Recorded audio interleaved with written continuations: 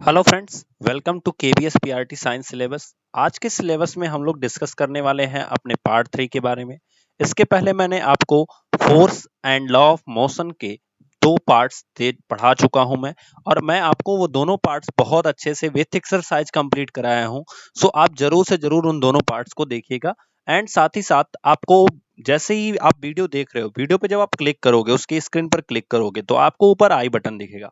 आई button पे click करोगे तो आपको पूरा का पूरा दोनों पार्ट और उसके पीछे मैंने आपको मोशन से रिलेटेड काफी चीजें कंप्लीट कराई है। अकॉर्डिंग टू सिलेबस मैं आपको डिस्क्राइब कर देता हूं कि मैंने क्या क्या पढ़ा दिया है।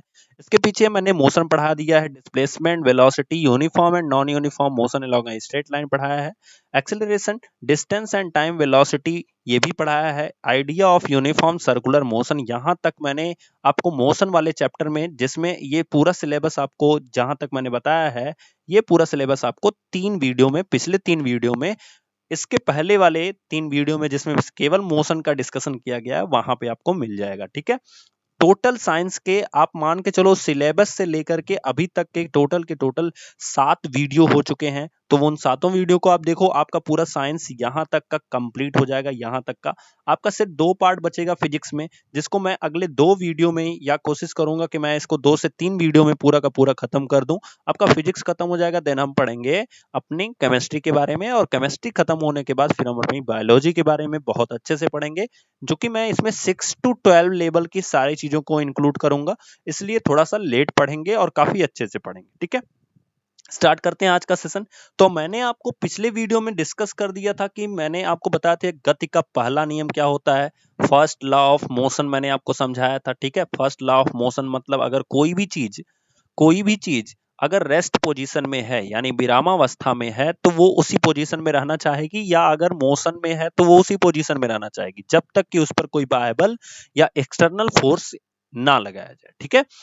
दूसरा सेकंड लॉ ऑफ मोशन क्या कहता है कि सेकंड लॉ ऑफ मोशन कहता है ये है कि अगर कोई भी चीज जो उस पे फोर्स लगाया जा रहा है, जैसे मान लो हमने क्या कहा कि जब तक कोई वस्तु विरामावस्था में रहेगी, या कह सकते हो मोशन में रहेगी, जब तक कि कोई फोर्स ना लगाया जाए। अब ये जो फोर्स जो हम लगाते हैं, वो उस वस्तु के या उस ऑब्जेक्ट में उत्पन्न मोमेंटम के प्रोपोर्शनल होता है, यानी फोर्स इज प्रोपोर्शनल टू जो भी उसमें मोमेंटम इंक्रीज होगा, या कह सकते हो जो भी मोमेंटम उसमें आएगा उसके प्रोपोर्शनल में होता है। This is second law of motion. And आज हम डिस्कस करेंगे दोस्तों थर्ड लॉ ऑफ मोशन के बारे में, जिसमें आपको मैं बता दूं कि यहाँ पे लिखा गया है when an object exert a force on an other object, जब कोई भी एक वस्तु किसी दूसरे वस्तु पर बल लगाती है, द सेकेंड ऑब्जेक्ट इंस्टेंटली, मतलब तुरंत, समझे, इंस्टेंट फॉर्म में तुरंत वो उस पर क्या करती है, एक बल अपनी तरफ से आरोपित करती है। किस पे? बैक ऑन द फर्स्ट, पहले ऑब्जेक्ट के ऊपर। ठीक है, जैसे मैं एग्जांपल देता हूं, हम रोड पे चलते हैं। ठीक है, हम रोड पे चलते हैं, क्लियर।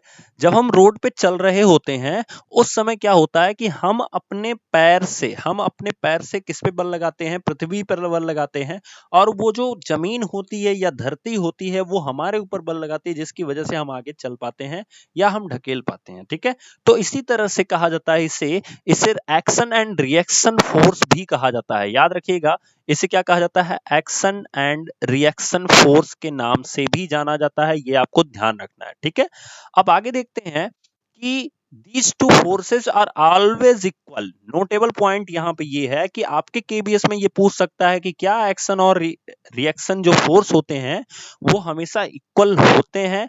बट ध्यान रखना, these two forces are always equal in magnitude, ये मैग्नीट्यूड में इक्वल होते हैं, लेकिन अपोजिट इन डायरेक्शन, डायरेक्शन में क्या होते हैं? अपोजिट होते हैं। भाई सिंपल सी बात है, मैंने आपको बताया ना कि जब हम रोड पे चल रहे होते हैं, तो क्या होता है कि जब हम पैर से धरती को पीछे ढकेलते हैं, तो हमारा जो होता है कि हमें धरती भी ढकेलती है। तो मतलब अपोजिट साइड में सारी चीजें हो रही होती हैं। जैसे कोई भी चीज आप जब दबाओगे ना, जैसे गेंद आप दबा रहे हो, ध्यान से समझना, गेंद आप जब पुश कर रहे होते हो, तो उस पे क्या होता है कि गेंद आपके ऊपर पुश कर रही होती है, लेकिन चूंकि आपका जो फोर्स होता है वो ज्यादा होता है, इसलिए गेंद क्या होती है? दब जाती है। ठीक है, क्लियर। ये दोनों बल हमेशा परिमाण में बराबर होते हैं, लेकिन दिशा में विपरीत होते हैं। These two opposing forces are known as action reaction forces। जैसा कि मैंने आपको बताया, ये दोनों विरोधी बल जो होते हैं वो प्रतिक्रिया बलों के रूप में जाने जाते हैं। जैसे यहाँ पे आप एग्जांपल देख पा रहे होंगे कि एक स्प्रिंग है जिसको इस दूसरी स्प्रिंग से पकड़ा गया है और इसको खींचा जा रहा है। तो ये जब खींचा जा रहा है, खींच के जब छोड़ोगे तो ये फिर से इससे टकराएगी। तो जब ये टकराएगी तो ये वाली फिर इसको वापस भेजना चाहेगी, मतलब ये खुद फिर से जब फैलना शुरू करेगी तो ये इसको भी इसके ऊपर फोर्स लगाना शुरू करेगी और ये इसके ऊपर फोर्स लगाना शुरू करेगी। तो आप देख रहे होगे कि जो डायरेक्शन इनका वो अपोजिट है, लेकिन ये इक्वल होते हैं। ध्यान रखिएगा इस चीज को। जैसे यहाँ पे एग्जांपल दिखाता हूं मैं। जब यहाँ से ये गोली जब हो रही है, ये जो गोली हो रही है ये जब आगे छूट रही है, ठीक है, तो चूंकि ये आगे छूट रही है, इसी की वजह से ये बंदूक जो होती है ना वो पीछे की ओर भागती है। जो भी बंदूक चलाई जाती है, जब गोली आगे की ओर छूटती है तो बंदूक कहाँ भागती है? पीछे की ओर भागती है। ये ध्यान रखना, यही होता है एक्शन रिएक्शन फोर्स। जैसे दूसरा एग्जाम्पल आप देख रहे होगे कि ये जो नाविक है ये क्या कर रहा है? नाव को पीछे की ओर ढकेल रहा है, तो ये नाव भी उसे आगे की ओर ढकेलती है, ठीक है। जब ये कूद रहा होता है, कोई भी चीज आप कूदते हो तो देखो वो पीछे की ओर चला जाता है। उसका सबसे अच्छा एग्जाम्पल आपका यहाँ दिया गया है। इस एक पहिए वाली तख्ती रखी गई है, ध्यान से देखना यहाँ पे कि एक कह सकते हो कि ये जो गाड़ी रखी गई है पहिए वाली जो भी है, तो इसमें एक डॉट्स लगाया गया है, यहाँ पे निशान बनाया गया सफेद सा। आप देख रहे होगे इस पे सफेद सा निशान बनाया गया है, यहाँ भी और यहाँ भी और यहाँ भी। अब क्या किया जा रहा है? एक वेट लिया गया है, वेट जिसमें कुछ सामान होगा, इसमें कुछ वेट होगा, ठीक है। और इस वेट को बारी बारी से एक दूसरे के ऊपर फेंका जा रहा है। पहले इनके ऊपर, फिर ये इनके ऊपर फेंक रहे हैं। तो जैसे ही वेट इसके ऊपर आएगा ये पहिया डोलेगा। इसका मतलब क्या आ रहा है? देखो यहां से एक कंक्लूजन निकलती है कि जब फोर्स लगता है तो इसमें जरूर कुछ ना कुछ मूवमेंट होता है। और ध्यान रखना, चूंकि ये पहिया मूव कर रहा है, मास के साथ मूव कर रहा है, इसका मतलब मास के साथ ये वेलोसिटी के फॉर्म में मूव कर रहा है और इधर जा रहा है, ठीक है। जब ये इधर कब जाएगा? जब ये इसको अपना वो दे रहे होंगे, जब अपना वेट इसको दे रहे होंगे तो पहिया इधर मूव कर रहा होगा पीछे की ओर। तो ध्यान देना यहाँ पे क्या हो रहा है? अपोजिट डायरेक्शन में दोनों फोर्स अप्लाई कर रहे हैं। ये हमें ध्यान देने वाली चीजें हैं, ठीक है। इसी तरह से हमारा यहाँ से एक रूल निकल के आता है, कंजर्वेशन ऑफ मोमेंटम। मतलब आप जितनी वेलोसिटी से स्टार्ट कर रहे हो, जैसे यहाँ पे एग्जांपल समझो, एक एक मास का जो हमारे सामने एक गुटका रखा है या ब्लॉक रखा है कह सकते हो, ठीक है। इसका मास एम ए है और ये यू ए वेलोसिटी से आगे बढ़ रहा है। यू ए वेलोसिटी से क्या बढ़ रहा है? एम ए इसका मास है और ये यू ए वेलोसिटी से आगे बढ़ रहा है, ठीक है। आगे एक टुकड़ा और है जिसका मास कितना है? एम बी है और ये यू बी वेलोसिटी से जा रहा है।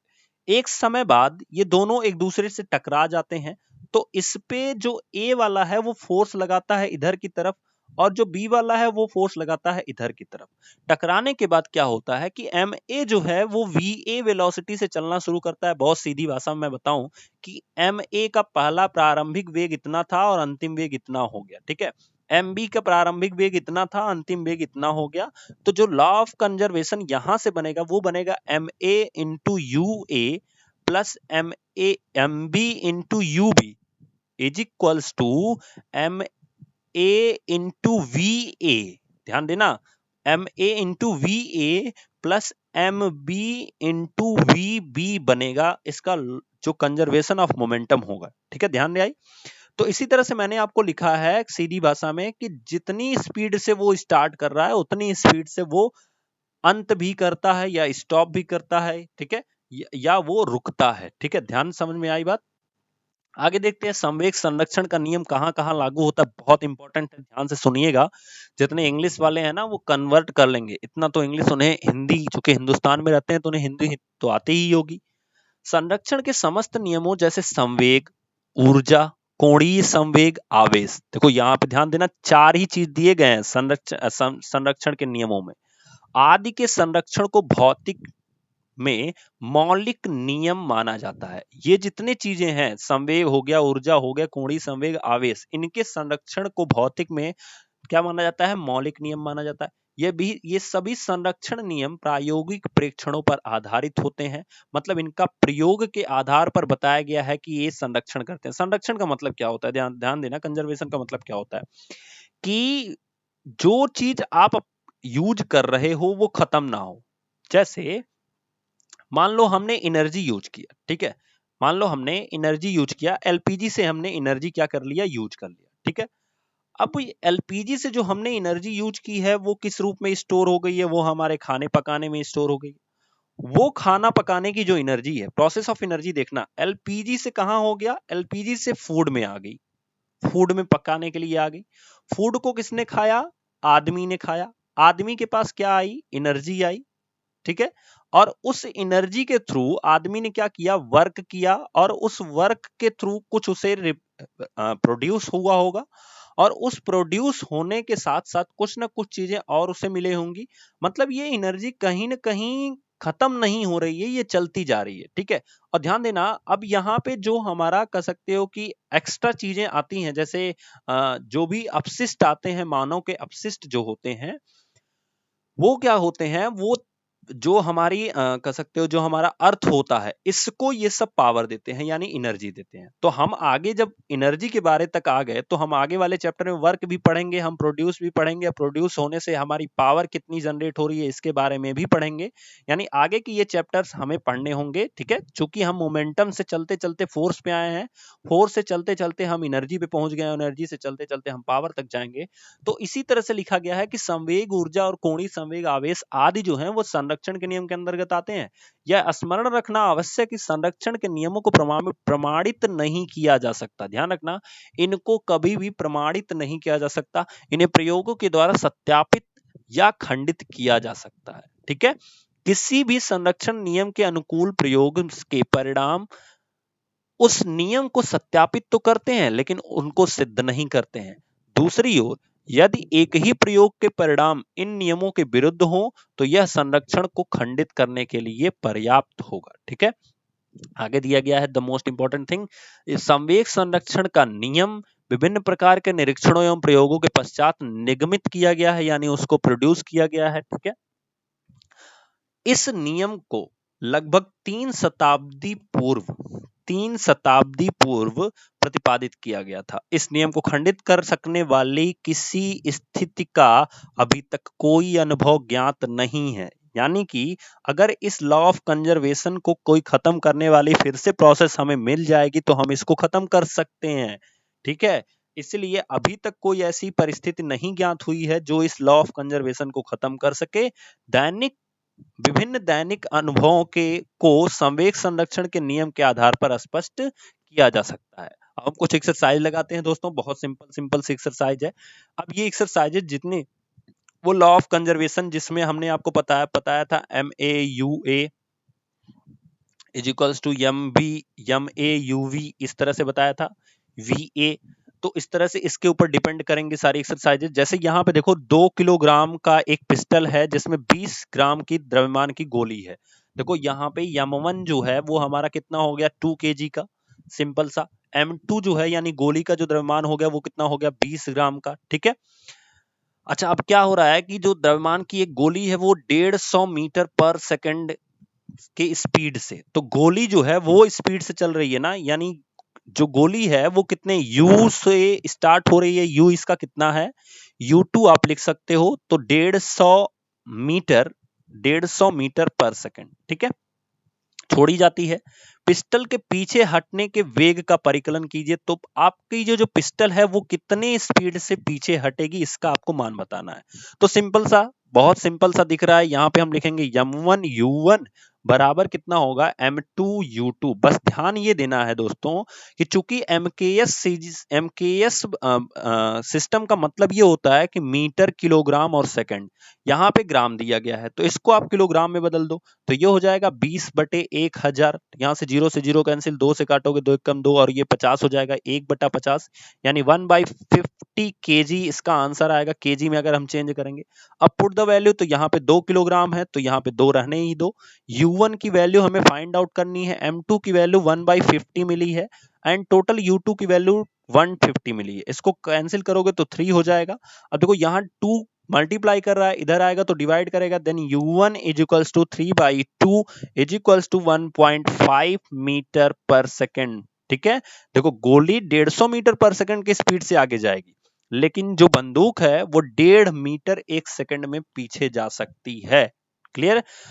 आगे देखते हैं, अगला क्वेश्चन दिया गया है 40 ग्राम की द्रव्यमान वाली एक लड़की 5 मीटर पर सेकंड के क्षैतिज वेग से एक 3 किलोग्राम द्रव्यमान वाली स्थिर गाड़ी पर कूदती है।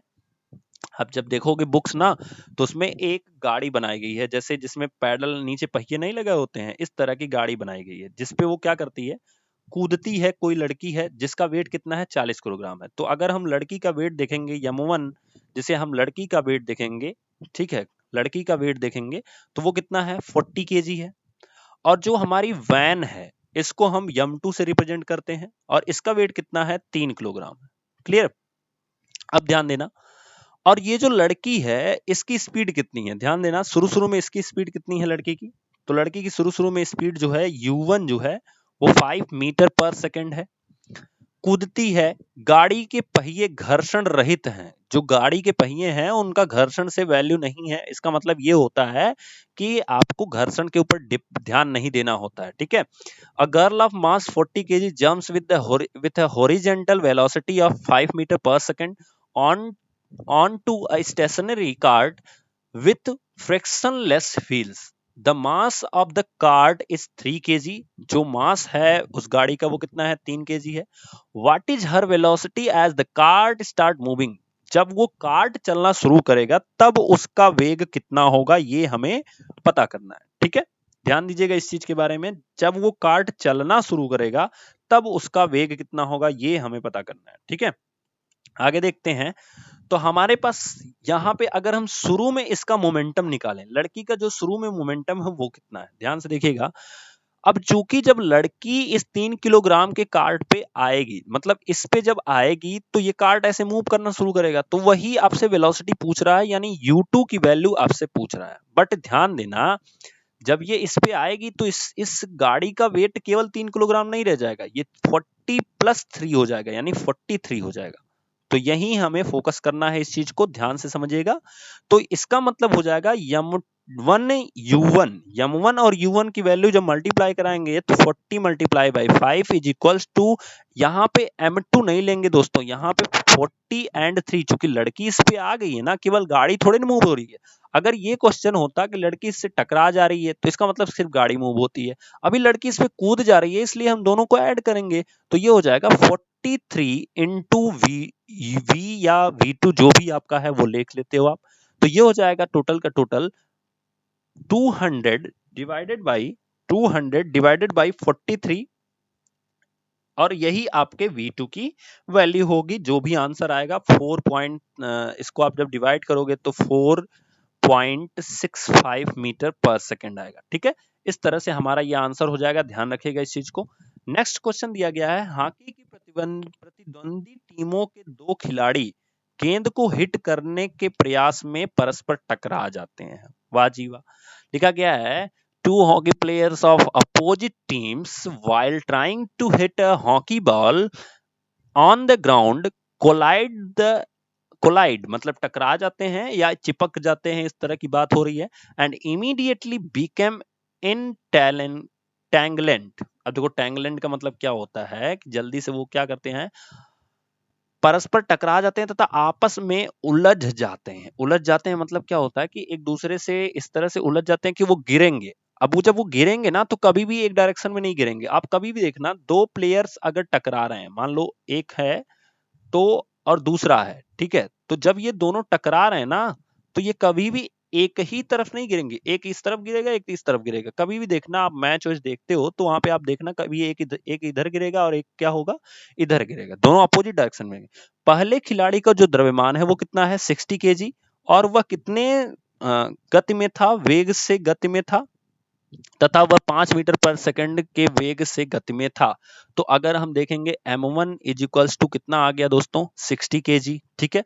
और यहाँ पे v1 या u1 जो भी आप लिख लो, u1 is equals to 5 metre per second, ठीक है। जबकि दूसरा खिलाड़ी कितने द्रव्यमान का है, 55 किलोग्राम का है, और वह कितने वेग में था, तो ये था 6 मीटर पर सेकंड। तो m2 इज इक्वल्स टू कितना है दोस्तों, 55 किलोग्राम, ठीक है। और u2 इज इक्वल्स टू आपका 6 मीटर पर सेकंड। अब क्या लिखा है, 6 मीटर पर सेकंड के वेग से पहले खिलाड़ी की ओर गति कर रहा था। टकराकर उलझने के बाद वे दोनों एक दिशा में किस वेग से गति करेंगे? अगर दोनों टकरा गए तो वो अगर एक दिशा में गति करना शुरू कर दें तो किस वेग से गति करेंगे ये आपको पता करना है। मान लें कि दोनों खिलाड़ी के पैर तथा पृथ्वी के बीच घर्षण बल क्या है? नगण्य है। तो आप इसको ध्यान से समझिएगा कि जब वो दोनों टकरा जाएंगे तो उनका टोटल का टोटल कितना होगा। टकराने से पहले दोनों खिलाड़ियों का जो पूरा का पूरा मोमेंटम होगा वो कितना होगा उसको हम देखते हैं। तो अगर यहां से आप मोमेंटम देखोगे P1 आएगा और यहां से मोमेंटम देखोगे P2 आएगा। ठीक है, तो P1 की वैल्यू कितनी होगी? तो P1 की वैल्यू आपकी हो जाएगी 60 multiply by 5 and plus P2 की वैल्यू कितनी हो जाएगी 55 मल्टीप्लाई बाई 6। अब यही दोनों जो बराबर होंगे वो किसके होंगे? अब चूंकि दोनों एक ही साथ चल रहे हैं एक ही दिशा में, जैसे लड़की सवार हो गई थी उस पे आपके गाड़ी पे, इसी तरह से अब जब ये दोनों एक ही साथ चल रहे हैं तो इसका द्रव्यमान और इसका द्रव्यमान यानी इसका मास एंड इसका मास दोनों हम ऐड कर देंगे। तो ये 60 प्लस 55 मल्टीप्लाई बाई V से। ठीक है, अब जरा सा इसको हम ऐड करते हैं तो ये हो जाएगा 300 एंड प्लस 55 मल्टीप्लाई बाई 6 कितना हो जाएगा? 55 मल्टीप्लाई बाई 6 जो होगा वो आपका हो जाएगा। अब चूंकि ये अपोजिट साइड में चल रहा है इसलिए यहाँ पे हम इसको माइनस लेंगे। ठीक है, तो ये ध्यान देना। तो जब हम माइनस लेंगे तो 5 6 जा 30 यानी 0 हो गया, 3 कैरी हो गया एंड 5 6 जा 30 ये 33 हो जाएगा और ये माइनस के साथ होगा। ठीक है, अब आपको ध्यान ये देना है कि जब ये माइनस के साथ हो गया तो ये 300 माइनस 330 हो जाएगा, तो ये हो जाएगा टोटल -30। ठीक है, अब यहाँ पे जब आप देखोगे तो ये टोटल कितना हो रहा है? तो ये हो जाएगा 5 एंड 6 5 11। ठीक है, मल्टीप्लाई में कितना हो गया V के। अब यहां से जब हम सॉल्व करेंगे तो हम क्या करेंगे? डिवाइड कर देंगे। तो जब हम डिवाइड करेंगे V की वैल्यू कितनी आ जाएगी? -30 divided by 115 is equals to V के। सॉल्व करोगे आप तो आपको मिल जाएगा टोटल का टोटल 0.26 मीटर पर सेकंड और वो भी माइनस में। इसका मतलब माइनस का मतलब कि वो जल्दी ही रुक जाएंगे, ज्यादा दूर जा नहीं पाएंगे क्योंकि वेलोसिटी क्या हो गई है? माइनस हो गई है, डिक्रीज कर रही है, तो जल्दी से वो गिर जाएंगे, ज्यादा दूर नहीं जा पाएंगे। मतलब 1 सेकंड में वो 0.26 की वेलोसिटी को माइनस कर रहे हैं। ठीक है, तो इसलिए वो जल्दी से गिर जाएंगे, दूर नहीं जा पाएंगे। तो सवाल में अगर ये भी चीजें पूछ ले कि क्या वो ज्यादा दूर तक जा पाएंगे एक साथ, तो नहीं जा पाएंगे क्योंकि वो उनकी वेलोसिटी किस में आ रही है? डिक्रीज कर रही है। इसलिए आपको ये चीजें ध्यान देनी है। ठीक है, अगले क्वेश्चन में अगले जो क्वेश्चंस होंगे वो आपको आपकी चीजों में प्रोवाइड करा दिए जाएंगे, जितने भी आपके PDF होंगे उसमें दे दिया जाएगा। एंड तब तक ले थैंक यू दोस्तों, मिलेंगे नेक्स्ट वीडियो में। तब तक ले थैंक यू सो मच।